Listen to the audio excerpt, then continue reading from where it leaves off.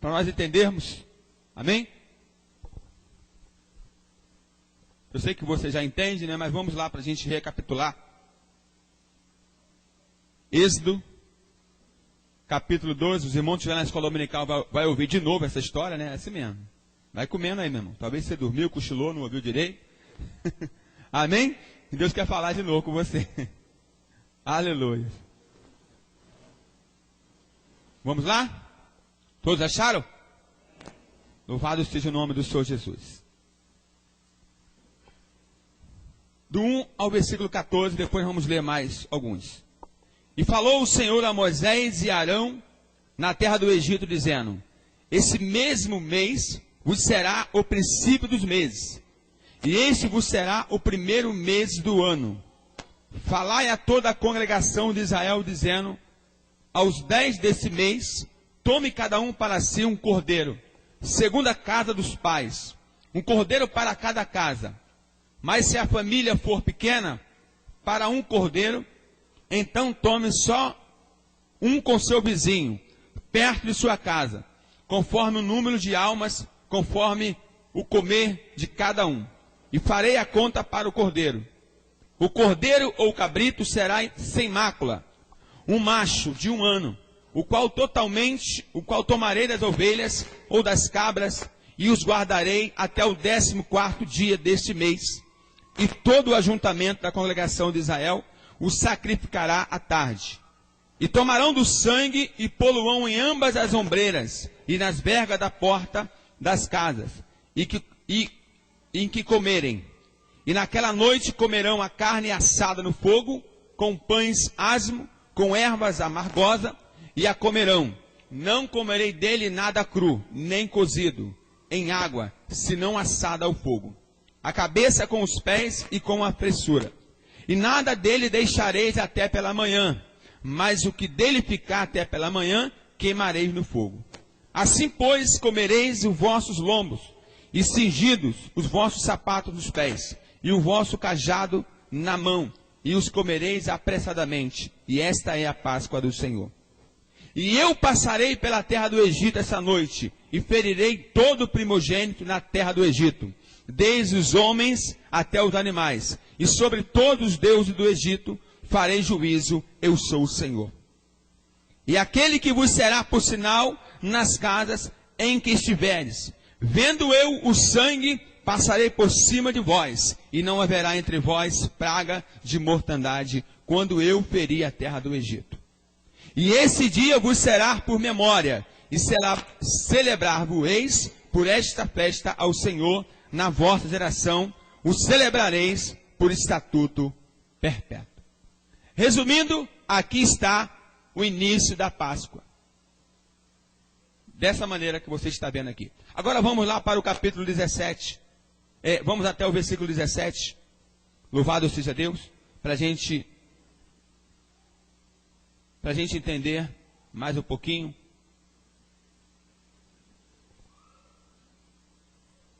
Êxodo capítulo 12, versículo 17. Guardais, pois, as festas dos pães asmos, porque naquele mesmo dia tirei vosso exército da terra do Egito, pelo que guardareis esse dia nas vossas gerações, por estatuto perpétuo. Amém? Vamos lá para o 42 agora. Versículo 42. Vamos ler Bíblia, tá, irmãos?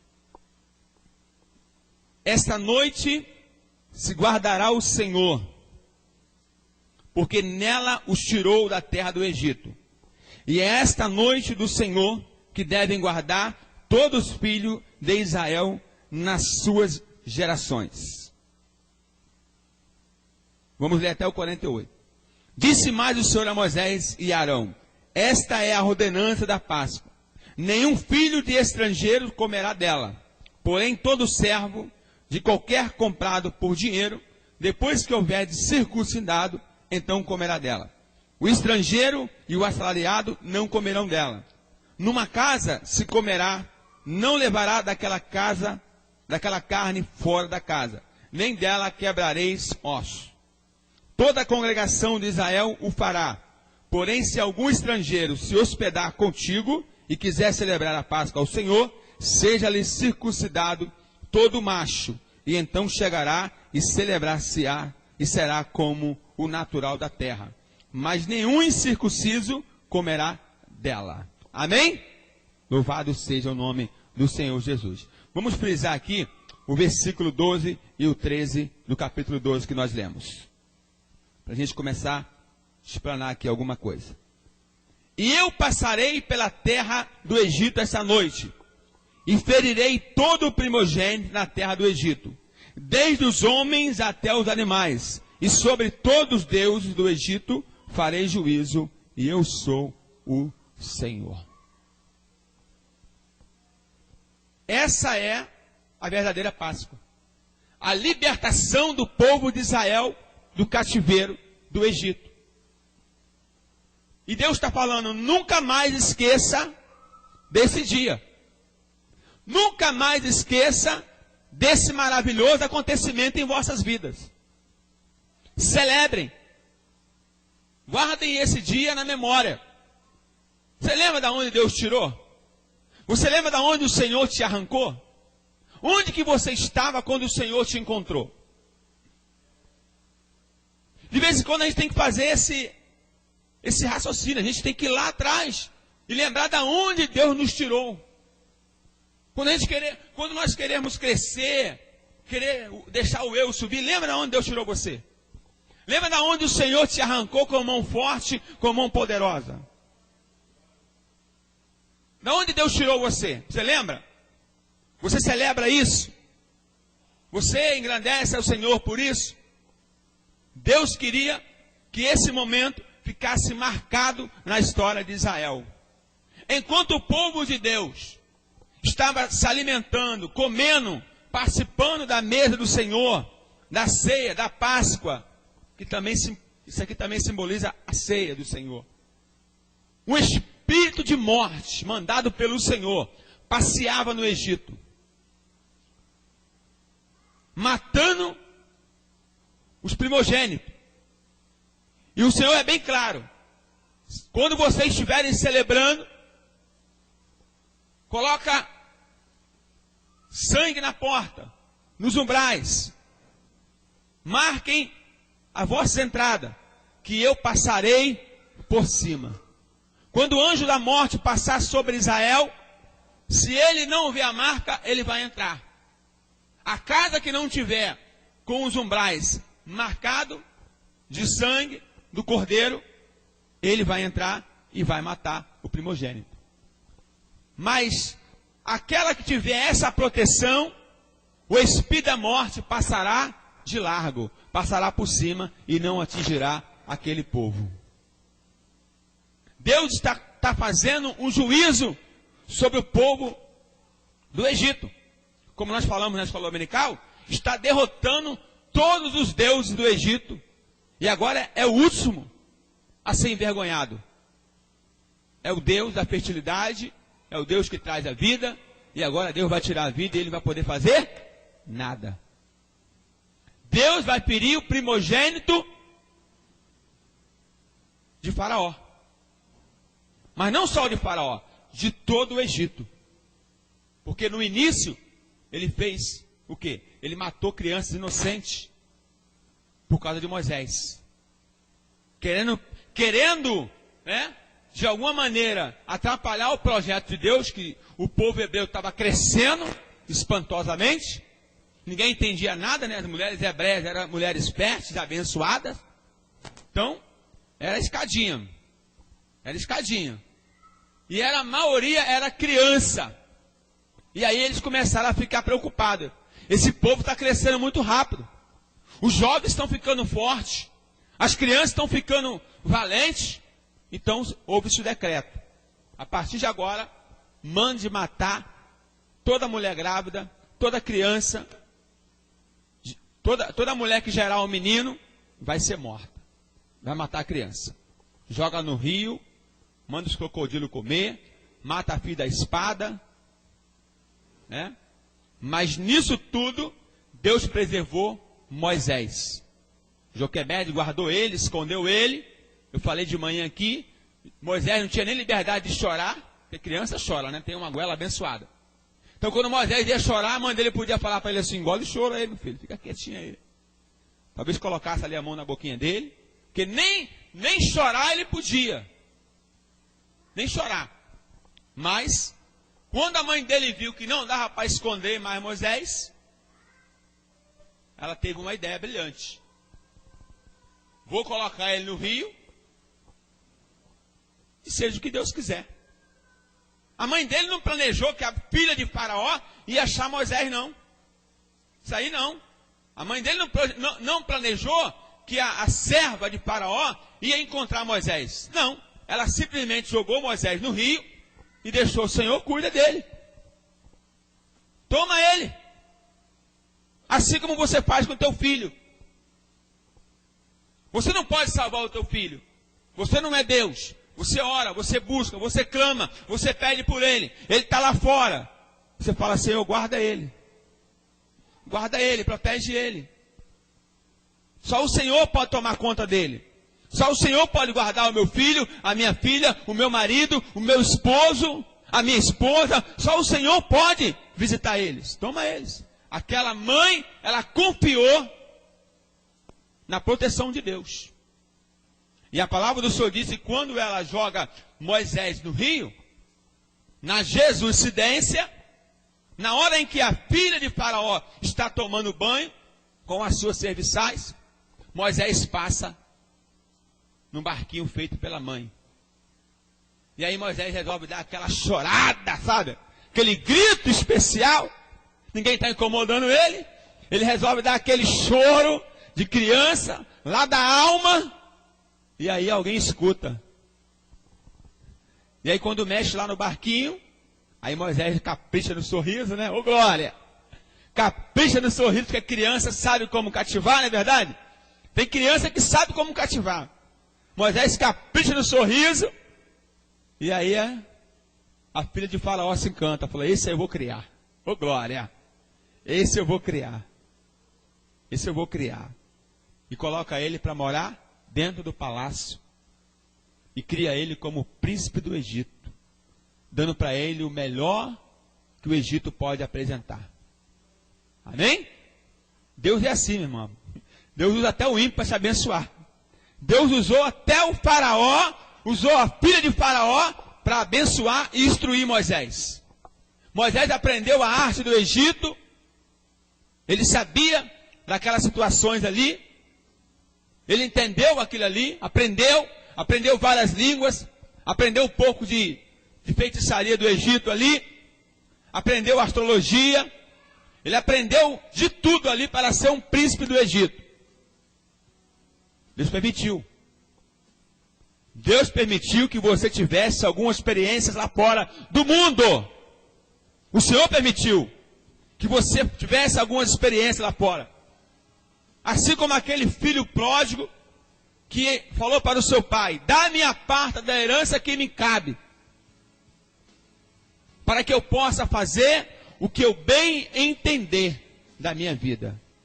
E assim aquele pai deu liberdade para ele. E aquele jovem vai ter uma experiência que ele nunca teve.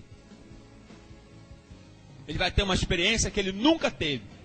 Viver uma vida dissoluta, fazendo o que ele bem entende, chegando altas horas da madrugada, né? Gastando seu dinheiro com prostitutas, gastando seu dinheiro como ele bem entender, sem ninguém colocar o dedo no nariz dele e apontar. Não faça isso. Muitos jovens querem essa liberdade. Quando eu fazer 18 anos, eu vou ter meu apartamento, lá eu vou poder namorar, vou poder chegar altas madrugadas, minha mãe não vai poder falar nada comigo, meu pai não vai poder falar nada comigo, eu vou ter a minha liberdade. Você vai ver só. Eu vou trabalhar para isso. É ou não é? É ou não é? O jovem pensa assim.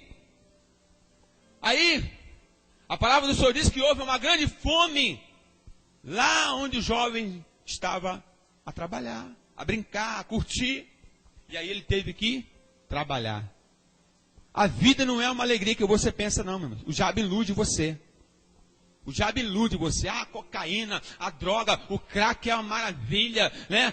A festa rave, né? O baile funk, até o negócio apertar para o teu lado. Até o negócio apertar para o teu lado, É isso aí. Aí a palavra do Senhor diz que houve uma grande fome. E ele fala assim, agora eu vou ter que trabalhar. E ele trabalhando, vai começar a valorizar o seu dinheiro. Tudo que vem fácil, vai fácil, meu irmão. Tudo que você não se esforça para ter, você gasta fácil. Então ele agora vai valorizar o seu salário. E aí ele resolve comer alfarrobas, uma fruta que tinha naquela época, naquela fazenda, e que na fazenda do pai dele tinha de montão. Ele vai comer uma fruta daquela, assim como hoje você trabalha numa empresa onde tem vários computadores, mas lá você é limitado a entrar na internet, você não pode, porque você está trabalhando lá, é o seu trabalho. Está me entendendo? Você está trabalhando, mas lá você não pode sair a qualquer hora, comer o que quiser, não. Tem horário para você cumprir. Aquele jovem também. E quando ele vai resolver fazer o lanche comendo das alfarrobas que os porcos comiam, o capataz, o chefe dele, não permite que ele coma. E aí ele bota a mão na testa, né? A ficha cai e fala, quantos trabalhadores do meu pai têm isso em abundância? E eu aqui morrendo de fome. Ei, tem experiências que outras pessoas passaram que você não precisa passar. Só basta você ouvir o conselho. Mas tem gente que é teimosa. Ela quer ter a experiência dela. A senhora, eu sempre falo para as mães, mãe, aprenda uma coisa, não conte os seus erros para as suas filhas, nem para seus filhos, ainda mais erros que não glorificam. Você chega para sua filha e fala assim, minha filha, quando eu tinha 13 anos de idade, eu namorava já. Você está dando legalidade para ela arrumar um namorado com 13 anos de idade. E você não vai ter autoridade para repreendê-la depois. Ah, filhinha, eu me perdi com 15 anos de idade, filhinha. Não faz igual eu, não. Não tem que falar nada disso para ela. Você tem que falar as coisas boas. Ah, minha filha, eu comecei a beber com 12 anos de idade. Para que tu vai falar isso para tua filha, para o teu filho? Para quê? E a palavra do Senhor diz que esse jovem, ele resolve voltar para a casa do pai. Eu não sei porque que o Senhor entrou nesse mérito, amém? Deus fugiu um pouquinho aqui, mas decidiu trabalhar. Fugiu. Agora ele quer voltar para a casa do pai. Ele fala assim, voltarei para a casa do meu pai, da onde eu saí. Vamos botar assim, da onde eu nunca deveria ter saído. Ele começa a sentir saudade do pai, da casa do pai, falando para ele, meu filho, não faça isso. Meu filho, vá dormir mais cedo. Meu filho, larga esse computador. Minha filha, não fica até tal hora no computador não, filha. Vem dormir, amanhã você tem escola. Amanhã você tem trabalho, filho. Amanhã você tem estudo. Ele começa a lembrar disso tudo. Quantas pessoas adultas aqui, depois que quebraram a cara, me perdoe a palavra, começou a sentir saudade dos conselhos do papai e da mamãe. Ah, se eu tivesse ouvido minha mãe. Bem que minha mãe falou para mim não fazer isso. Bem que minha mãe falou, e mãe, ela tem um dispositivo, ela tem um sensor de alerta que foi dado por Deus. Se a sua mãe chegar a olhar para o teu namorado e falar assim, ó, sei não, hein? Começa a dobrar a oração. Se a tua mamãe olhar para o teu namorado, minha mãe, eu trouxe meu namorado, esse aqui vai ser o homem da minha vida. Se ela falar assim, sei não, você começa a dobrar a oração, mano. Porque ela já viu algo que você não viu. Você está cega, está apaixonada, está amando demais. Então quem ama não vê defeito, não é verdade? Quem ama não vê defeito. Então quem está de fora, enxerga. A mesma coisa é ao contrário. Se você levar sua namorada para apresentar a mamãe, e a mamãe falar assim, filhinho, dobra a oração. Dobra a oração porque o negócio é sério. Então, irmãos, a gente está aqui falando sobre isso. Deus permitiu que Faraó cuidasse de Moisés. Como Deus permitiu que o mundo te desse algumas experiências ruins. Para que você pesasse na balança. Vale a pena continuar? Vale a pena continuar? Porque Moisés teve que pesar na balança isso. Depois. Entre ser filho da filha de Faraó, príncipe do Egito, ou sofrer no deserto, passar fome, junto com o povo de Deus. Parece uma troca boba, né? Se privar de liberdade. Isso é a proteção de Deus, meu irmão. Isso é Deus te guardando. Voltando aqui.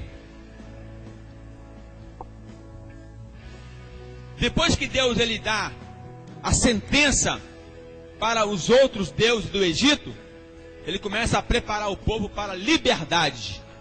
Eita glória! Deus quer te libertar nessa noite, meu irmão. Deus quer te dar a liberdade nessa noite. Deus quer, eu não sei onde você está preso ainda, não sei o que te prende lá fora ainda, não sei o que você ainda está preso lá no mundo ainda, mas Deus quer te dar liberdade hoje. Deus quer arrancar você de lá de uma vez por todas. Na época da Páscoa, assim como o Natal, assim como a Páscoa, tem muitas tradições humanas que tentam nos afastar do verdadeiro significado desta festa. Assim como tirar o nosso foco daquele que nos dá o significado das celebrações, como nós falamos no início, o ovo da Páscoa. Da onde que tiraram o ovo da Páscoa?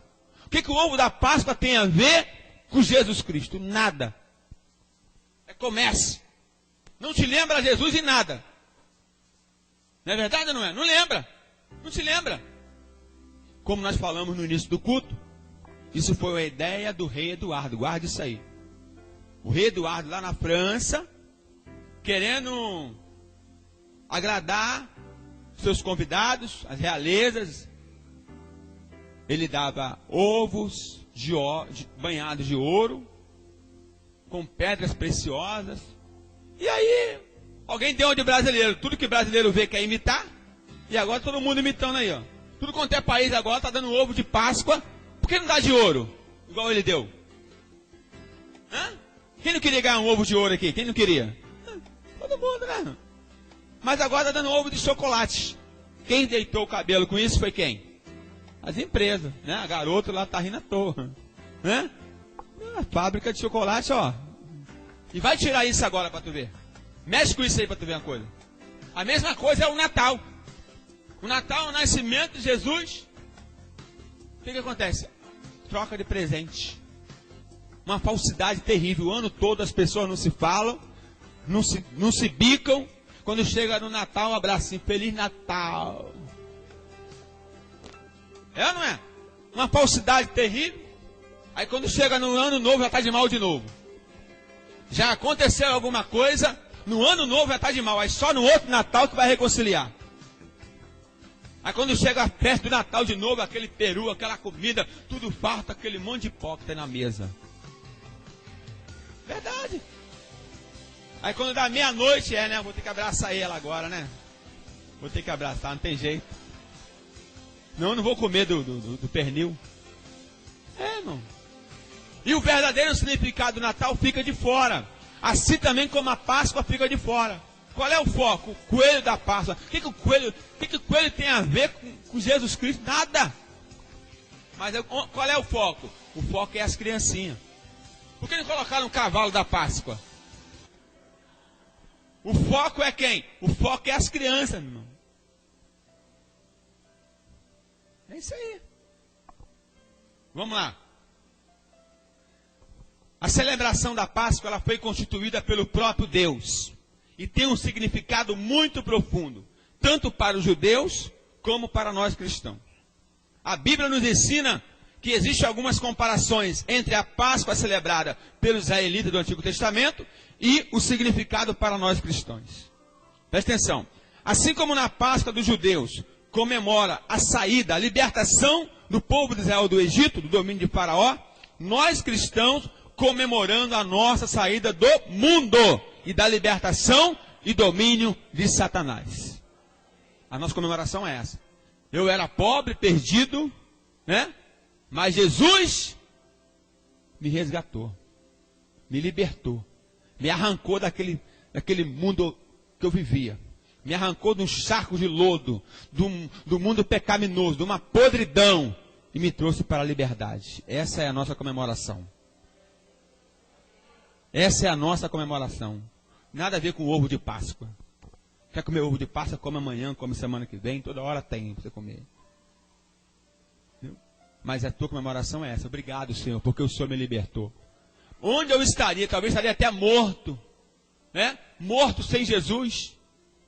Onde que eu estaria se o Senhor não tivesse me pegado, me amado, tivesse me resgatado do mundo para a tua maravilhosa luz? Aonde eu estaria? Essa é a reflexão que nós temos que fazer. O Egito simboliza o mundo e Faraó, o rei do Egito, simboliza Satanás. O Egito simboliza o mundo e Faraó representa Satanás. Do mesmo jeito. Assim como Deus libertou o povo do Egito e de Faraó, hoje Ele pode nos libertar, pode te libertar do mundo e de Satanás e do pecado. Do mesmo jeito que Ele libertou o povo de Israel, Ele nos liberta hoje. Pode libertar você hoje daquilo que te prende, daquilo que você é obrigado, muitas das vezes, a suportar. Deus pode libertar você hoje. O diabo, ele coloca a pessoa oprimida através do álcool, da bebida, da cachaça, da maconha, do crack, e coloca ele oprimido ali, para ele viver daquilo ali. Ó. Deus pode te libertar hoje, meu irmão. É só você querer. Assim como o Cordeiro da Páscoa deveria ser sem defeito, Cristo foi o nosso Cordeiro de Deus, sem defeito e sem mácula. Lembra que nós lemos em Êxodo capítulo 12, versículo 5? Diz assim, ó: o cordeiro ou cabrito será sem mácula, um macho de 1 ano, o qual tomareis das ovelhas ou cabras. Ele teria que ser sem defeito. Abra sua Bíblia aí, no livro de 1 Pedro, capítulo 1, versículo 19. Abra aí. 1 Pedro, capítulo 1, versículo 19. Louvado seja o nome do Senhor Jesus.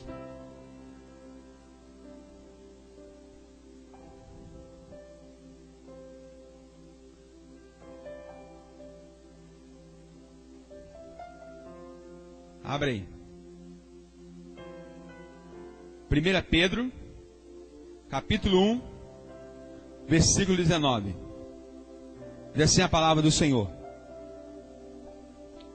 mas com o precioso sangue de Cristo, como de um cordeiro imaculado e incontaminado. Jesus Cristo, Ele é o cordeiro precioso, imaculado, sem defeito. O castigo que nos traz a paz estava sobre Ele, meu irmão.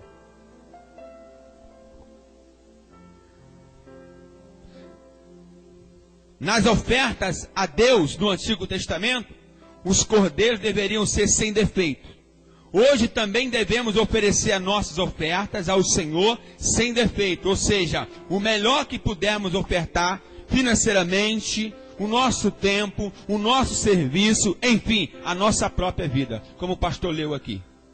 Quer fazer alguma coisa para Deus? Faça agora. Porque depois da morte não adianta. Faça agora. Depois que morrer não adianta. Depois que morrer não adianta fazer oração. Senhor, coloca ele no lugar melhor. Não adianta não. Tem que fazer agora. Alguém aqui, você tem medo de alguma coisa? Pergunta para o teu irmão. Você tem medo de alguma coisa? De que você tem medo? Fala para mim 3 pessoas aí. Você tem medo de quê? Fala aí, uma pessoa. De quê? Tem medo de quê? Vamos, gente. Tem medo de morrer? Amém. A segunda, tem medo de quê? Vamos lá, mais uma. Tem medo de quê? Perder salvação. Mais uma, mais uma. Bora, mais uma, gente. Mais nada? Enfermidade? Amém. Por exemplo, tem pessoas que têm medo de andar na roda gigante. Quem tem medo? Levanta a mão. Olha quantas pessoas têm medo na roda gigante. Coisa simples, né? Tem medo também? Tem pessoas que têm medo de andar em elevador. Quem tem medo de andar no elevador aqui? Levanta a mão. Elevador. Aí. Tem pessoas que têm medo de andar naquele negócio, naquela cadeirinha que roda. Qual é o nome daquilo? Que eu não sei. Você tem medo? Aí, tem medo. Tem gente que tem medo de andar de avião. Quem tem medo de andar de avião aqui? Levanta a mão. Aí. Mas quando você vê que alguém já andou, presta atenção, isso aqui é mistério. Você está rindo, mas é mistério. Quando você percebe que alguém já andou de avião e fala assim, tem medo não. É legal. Depois que subir lá, ó, maravilha. Tem uma turbulênciazinha, mas... Depois que alguém desce da roda gigante, que se divertiu, riu, é maravilhoso, fala contigo, ó, é bom, vai lá, dá uma voltinha. Acaba se convencendo a dar uma voltinha, sim ou não? Acaba convencendo. A palavra do Senhor diz que Davi, ele matou um gigante que ninguém queria matar porque estava com medo. Mas depois que Davi matou o gigante, até os irmãos de Davi mataram o gigante. Eles aprenderam que gigante morria. Ô glória!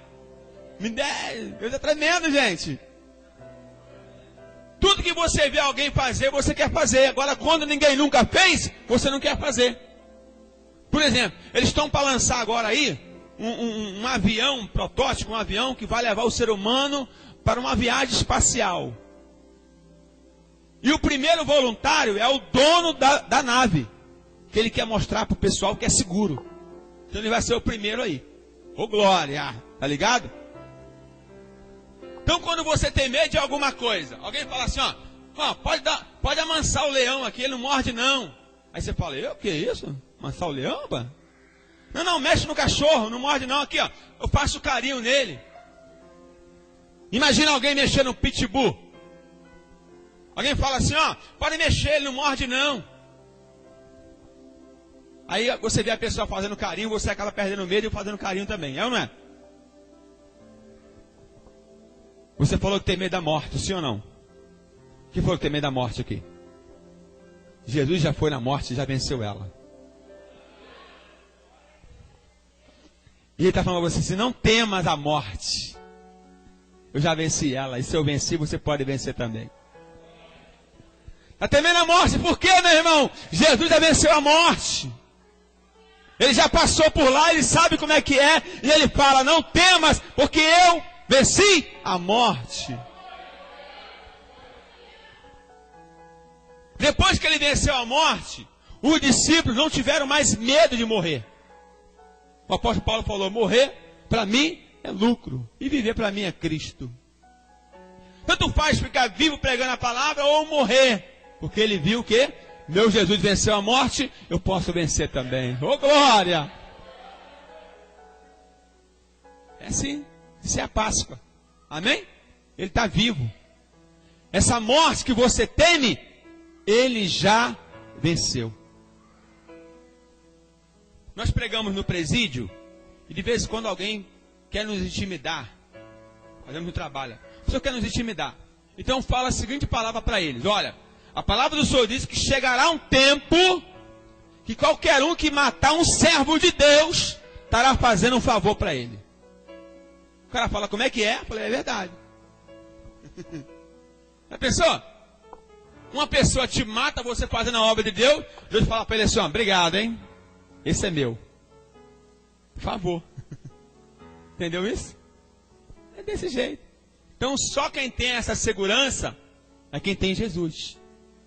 Quem não tem, tem medo da morte. Mas quem tem Jesus é aquele que já andou, amém? Na roda gigante da morte, no avião da morte, no carrossel da morte. Não, pode ir, é tranquilo. Já passei por aí, eu sei como é que é. Ô glória! Lavando o pé, Binácia. Aquieta teu coração. O apóstolo fala assim, ô morte, onde está o teu aguilhão? Onde está a tua vitória? O meu Jesus te venceu. É forte, né, irmão?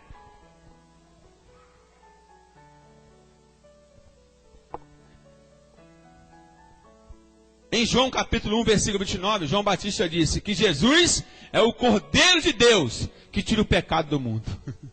Lembrei de um amigo meu agora, estava no congresso, toda vez que eu chegava lá com a pastora, eis aí os Cordeiros de Deus. né? João Batista falou, eis aí o Cordeiro, eis aí o sacrifício que tira o pecado do mundo. Ele é a nossa Páscoa, amém? Êxodo capítulo 12, versículo 6 diz assim, ó. Coloca aí, pastora. Versículo 6. 6. E guardareis até o 14º dia deste mês, e todo ajuntamento da congregação, e Israel o sacrificará à tarde. Que hora que Jesus morreu? Que hora? 3 horas da tarde. Eita glória, hein? Meu irmão, a Bíblia, o Antigo Testamento é figura para o Novo Testamento. O Antigo Testamento, ele aponta para o Novo Testamento. Assim como o cordeiro deveria ser imolado, morto, sacrificado, Cristo é o nosso cordeiro pascual. Foi imolado, morto, sacrificado, como nós lemos aqui. 1 Coríntios capítulo 5, versículo 7. Coloca aí, pastora. Me ajuda aí. Rápido no gatilho aí. 1 Coríntios capítulo 5, versículo 7. Presta atenção que isso aqui é profundo, hein?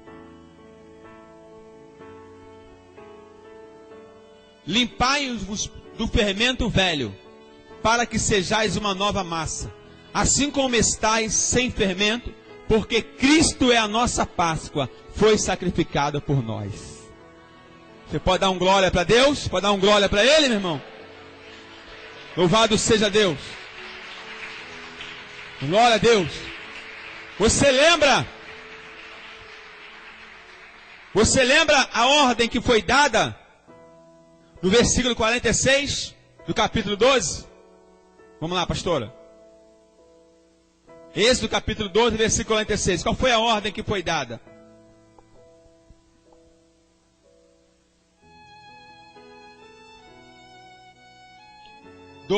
Versículo 46.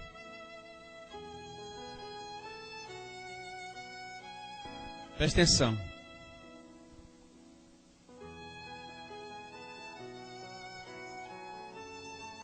Numa casa se comerá e não levará daquela carne fora da casa, nem dela quebrareis os ossos. Abra sua Bíblia aí no livro de João, capítulo 19.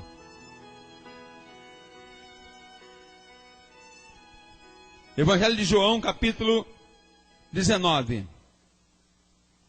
Já estou caminhando para o fim, amém? Louvado seja Deus. João capítulo 19, versículo 33. 33. Louvado seja o nome do Senhor Jesus. Até o versículo 36. Vamos lá. Vamos ler. Mas vindo a Jesus e vendo já morto, não lhe quebraram as pernas. Contudo, um dos soldados lhe furou o lado com uma lança, e logo saiu água e sangue. Ou sangue e água. 35. E naquele que o viu, testificou o seu testemunho. É verdadeiro. E sabe que é verdade o que diz, para que também vos crereis. 36. Por isto aconteceu, para que se cumprisse as escrituras que diz, nenhum dos seus ossos será? Ele é a nossa Páscoa. Diga para o seu irmão assim, Ele é a nossa Páscoa. Ele é a nossa Páscoa. Louvado seja o nome do Senhor Jesus. A morte de Jesus, ela é a central do Evangelho. Sem a sua morte não havia perdão, nem redenção, nem salvação. E pela sua morte, nós temos a vida. Amém? Jesus se sacrificou por mim e por você, a ponto de morrer. Até que ponto nós estamos dispostos a sacrificar nossa vida por Ele e pelo seu reino e por sua obra? Até que ponto você está disposto a sacrificar sua vida, o seu tempo, em prol do reino de Deus? Muitos querem apenas o quê? As bênçãos de Jesus, mas não querem se doar por Jesus. Assim como os israelitas deveriam comer todo o cordeiro, nós cristãos devemos aceitar e praticar todo o evangelho, toda a palavra, e não apenas parte dele. É muito bom aceitar só uma parte do que Deus exige. Só o que bem entende a você. Mas Deus quer que você coma o cordeiro todo. Entendeu? Deus quer que você receba tudo dele. Aquilo que não pode, aquilo que pode. As bênçãos dele, mas também as suas ordenâncias. A sua proteção. Por isso que a palavra às vezes ela é muito boa. Glória a Deus, aleluia. Mas de vez em quando a ripa pega. E você tem que falar glória a Deus, aleluia também. No dia que Deus fala assim, vou te dar a vitória, vou te abençoar, tu vai receber a vitória, tu fala, glória a Deus, o culto foi uma bênção. Mas no dia que a marreta comer também, tu fala, glória a Deus, o culto foi uma bênção. Amém? Quando a palavra confrontar o seu pecado, mandar você sair do pecado, mandar você sair do erro, você continua falando, a palavra foi uma bênção. Que glória. Você conhece o remédio chamado Buscopan? Quem conhece? É gostoso, né? Bom? Quem gosta de Buscopan? Mas ele faz efeito, sim ou não? Ele é amargo e é ruim, mas quando você toma ele, ele faz efeito. Assim, às vezes, é a palavra de Deus. Ela é como Buscopan. Pode ser a palavra que você não quer ouvir, que você não está gostando, mas ela fará o efeito que você precisa. Você pode glorificar o Senhor por isso? Louvado seja Deus. Aleluia. Muitos só querem se beneficiar das bênçãos, mas não querem comprometer-se com as exigências. Só enfatizam o texto que falam de promessas, mas negligenciam os textos que os chamam a um compromisso de renúncia. Fala comigo, Deus. Ô glória, estou precisando ouvir tua voz, Senhor. Fala comigo. Glória a Deus. Vou abrir a Bíblia, hein? Ó, 1, 2, 3. Meu Deus, o Senhor pelejará por vós e vos calareis. Ô glória, Deus falou comigo tremendamente. Maravilha, Deus. Fala comigo, Deus. 1, 2, 3. Arrepende-te do mal, porque em breve virei contra ti. Não, não é para mim não, é para a vizinha.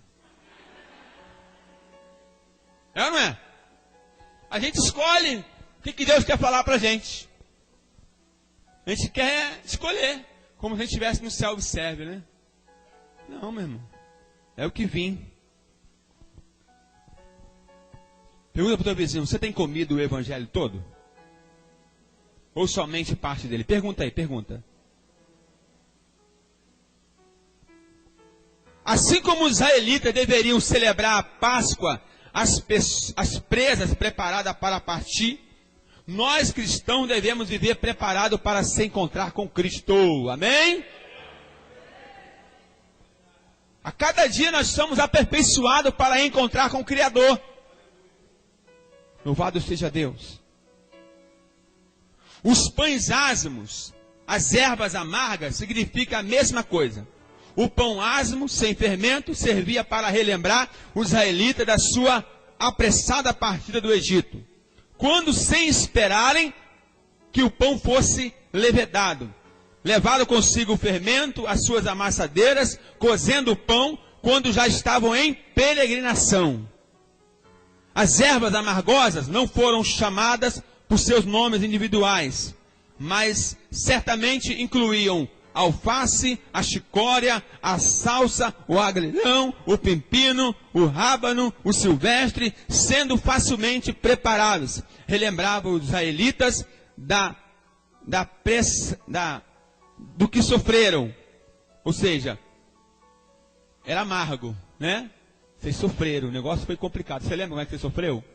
O diabo te lembra como é que você sofria? O diabo ele é tão inteligente que ele não te lembra o quanto você sofria lá fora. Ele te lembra alguma coisa superficial. Ah, o carnaval. Que tempo legal. Né? Mas ele não te lembra como você estava sofrendo. Ah, aquele baile, eu conheci aquele rapaz. É? Mas você lembra quando ele te fez sofrer? Hã? Isso o diabo tira da memória, não é verdade? Você lembra como você foi humilhada? Ele tira da memória isso. Assim como o sangue do Cordeiro livrou os israelitas da praga destruidora, o sangue de Cristo sobre a nossa vida nos livra e nos protege de todo mal. Amém, igreja? O sangue de Jesus, ele tem poder. Clame pelo sangue de Jesus sempre que necessário. Satanás não resiste ao poder do sangue de Jesus. Assim como os israelitas deveriam celebrar a Páscoa como estatuto perpétuo, nós cristãos devemos celebrar essas verdades para sempre. Jesus disse na ceia: fazei isto em memória de mim. A ceia é para você lembrar de onde você saiu. Jesus instituiu a Santa Ceia para que nós estivéssemos sempre relembrando dessas verdades, da importância e de se participar da ceia do Senhor. Assim como os estrangeiros incircuncisos não podiam participar da Páscoa, aqueles que ainda não nasceram de novo, não foram batizados, não devem participar da Santa Ceia. Olha que tremendo. Assim como a circuncisão era um sinal de aliança no passado, o batismo nas águas é sinal de aliança com o Senhor Jesus Cristo hoje. Assim como na circuncisão era o rito de entrada para o povo de Deus no passado, hoje o batismo é o rito de entrada na igreja de Jesus. Louvado seja Deus. Quem não se sente preparado para se batizar, também não está preparado para participar da ceia do Senhor. Pergunta para o teu irmão: você já nasceu de novo? Já nasceu de novo? Eu termino aqui. Eu quero convidar aquele coral de novo para nós louvarmos aqui de novo, aquele lindo. Alabando querenas. Louvado seja Deus. Nós vamos encerrar esse culto aqui com alguns louvores, celebrando a nossa festa, amém, maravilhosa.